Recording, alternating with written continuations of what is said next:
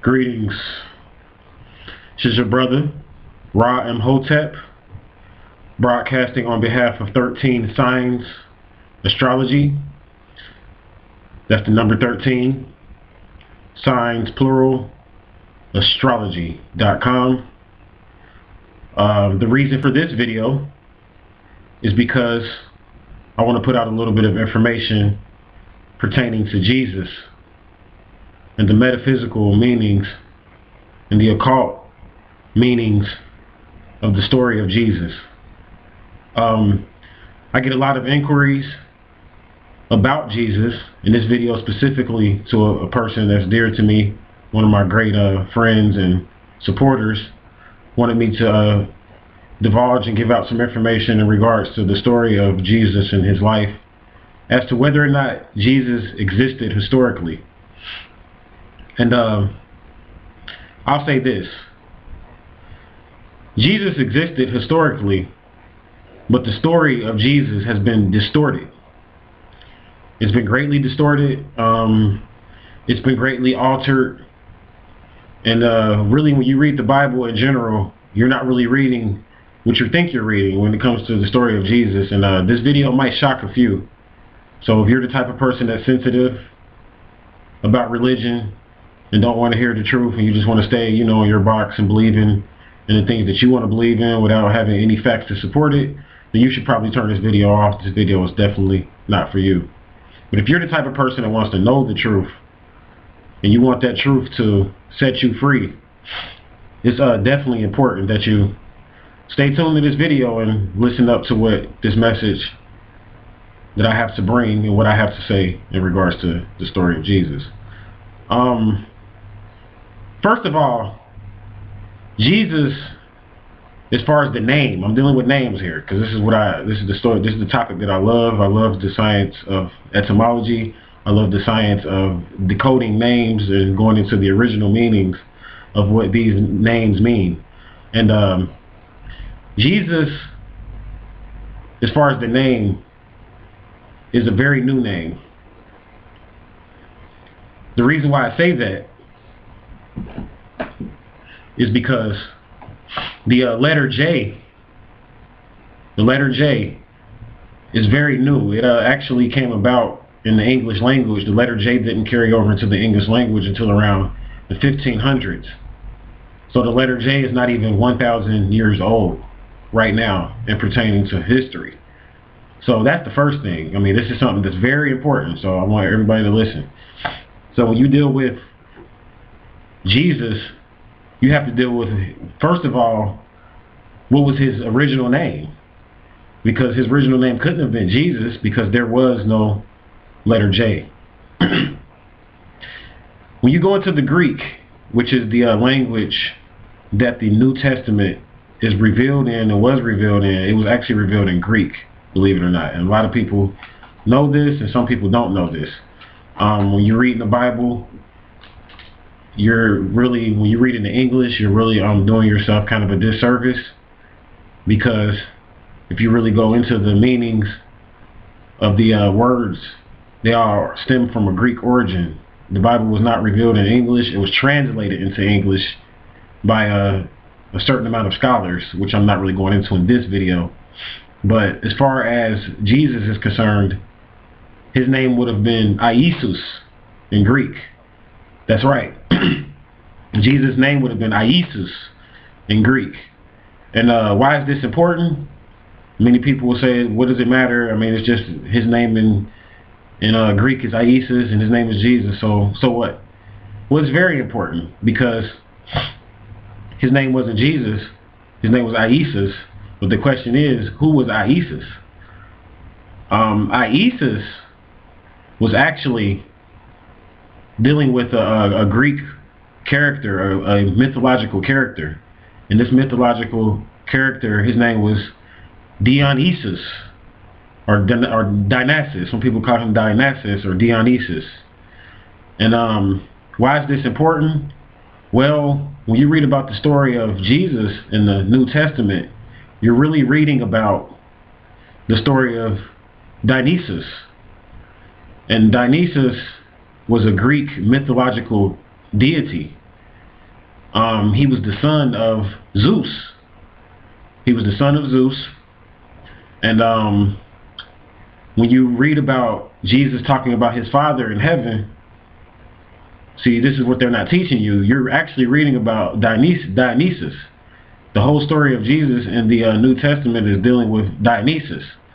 And I have a piece of proof and information on to back up what I'm saying. I'm going to give you a piece of information and proof.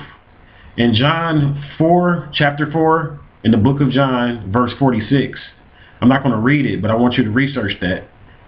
And in that story, Jesus turns water into wine. He turns a certain amount of water into wine. Now, why is this important? I'm going to tell you why it's important. This is a book that I'm using for this video. This is the Complete Dictionary of Symbols. Very important book, very deep book. It's a dictionary full of the symbols and the meanings of symbols in our ancient world. And I'm going to read to you exactly what Dionysus, what type of deity he was. Okay. The Greek god Dionysus presided over all altered states such as drunkenness, religious ecstasy, and acting.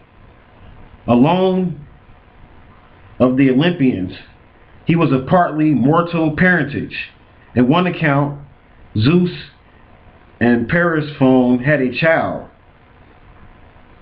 Zagreus, who at the prompting of Zeus' jealous wife Hera was devoured by the Titans. But Athene saved the baby's heart, and Zeus's mortal lover Semele swallowed it and conceived Zagreus anew. On her death, Zeus stitched the unborn child into his thigh, and it was born again as Dionysus. Now, here's the important part. Dionysus was above all the god of wine. And that's the part I wanted to get to. Again, it says Dionysus was the god of wine. And that's very important because in the scriptures in John 4 and 46, Jesus, he transforms water into wine, which means that, you know, he was obviously into being into altered states. He liked to drink wine. Like many Christians, even to this day, justify them drinking wine based off of Jesus drinking wine. But what they don't know is that Dionysus was the deity of wine, and this is really talking about Dionysus. See, Jesus is really Dionysus, and his father's name is Zeus. See, Jesus was named after his father, which is Zeus. Even when you deal with Jesus in the Spanish language, you call him Jesus or Jesus, because you're dealing with Zeus. You're not dealing with who you think is Jesus Christ and the story of what you think it is, because it's really going into a whole other school of thought, and it's dealing with Greek mythology. Yes, the New Testament and the story of Jesus, when you get into it, it's basically dealing with Greek mythology, and it's dealing with Zeus. And I'm going to read out of this same book, just to prove my point, that Zeus was the father. I'm going to read to you exactly what this dictionary of symbols has to say about Zeus. I'm just going to read a little bit. It says, Zeus, the king of the Greek gods and ruler of the skies.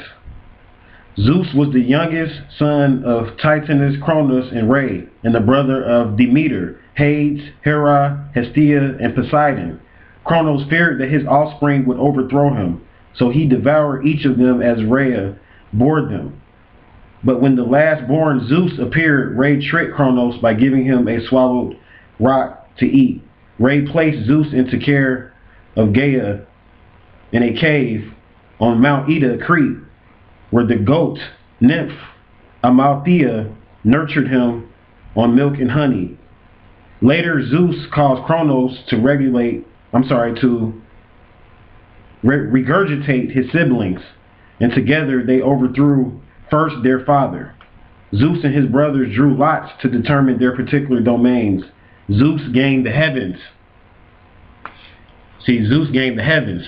So this is the father. Zeus was the deity over the heavens. Once they killed their father, they put a spell on him, and they drew lots. And Zeus took over the dominion of his father Cronus. and he gained the heavens. So he was the Father in heaven. When Jesus talks about my Father in heaven, he's talking about Zeus. When Dionysus talks about my Father in heaven, or Jesus, same thing, he's talking about Zeus. So yes, that's really the truth about the story of Jesus. And there's one other piece of information that I want to go into as far as this history of Jesus. If you have a Bible, I want you to look up Colossians 4, chapter 4, verse 11. Again, that's Colossians chapter 4, verse 11. And in that, the reason why that's important is because it's going to tell you about another Jesus. See, there's more than one Jesus in the Bible. There's actually three. I'm not going to go into all of them here, but I'm going to tell you about the second one. His name was Jesus Justice. And this is the historical Jesus that actually existed. The other Dionysus was a Greek deity dealing with the Greek mythology, but Justice Jesus, or Jesus Justice, and you can look this up, it's in the scriptures, he existed. And you know who he was? He was the son of Cleopatra and Mark Antony. And some call him Julius Caesar. So you got the initials Jesus Christ, JC, and Julius Caesar. So the original true Jesus is Julius Caesar, believe it or not. There's many books on this, and you can Google this if you think that I'm making this up. So Christians out there, before you just put your faith into stories, you need to really know exactly where these stories come from before you just put your faith into these stories and these myths, because many of them are myths mixed up with history and historical fact. And that's why it's very important that you don't base your faith off of beliefs, but you base your faith off of what you know. So you pastors out there, you need to start telling these people the truth, man and woman. I don't care who you are, females and male pastors, you need to start telling these people the truth and start waking these people up, because you learn this stuff in theological school. You learn about all the Greek deities and you know exactly what I'm talking about. So it's just that people have been hiding this because they want to sit on it and continue to control people and get charity off of people, and they're not even offering them the truth, but you people are paying them all this charity and tithing and all this money to these pastors. You need to stop doing this, people. It's time to wake up. This is 2012. It's the paradigm shift. This information is coming out now for a reason. It's coming out now for a reason, because it's time for people to wake up. And many of our youth and our young people are waking up. They're waking up to the truth of all the different myths and some of them lies that have been put out there. They're waking up to the truth of what these myths really mean. So that's going to do it for me on this video. I hope that you guys learned something about the true history of Jesus. If you have any questions about this, you feel free to send an email to 13signsastrology@gmail.com, and I would be glad to consult you and answer your questions. You can support our cause by donating to 13signsastrology.com, and your donation will definitely be put to use to provide more information, and not misinformation, but more good information, which is needed in our communities and throughout the globe. So I thank you guys for watching, and until we see each other again, may the universe bless you with peace and prosperity and love at all costs.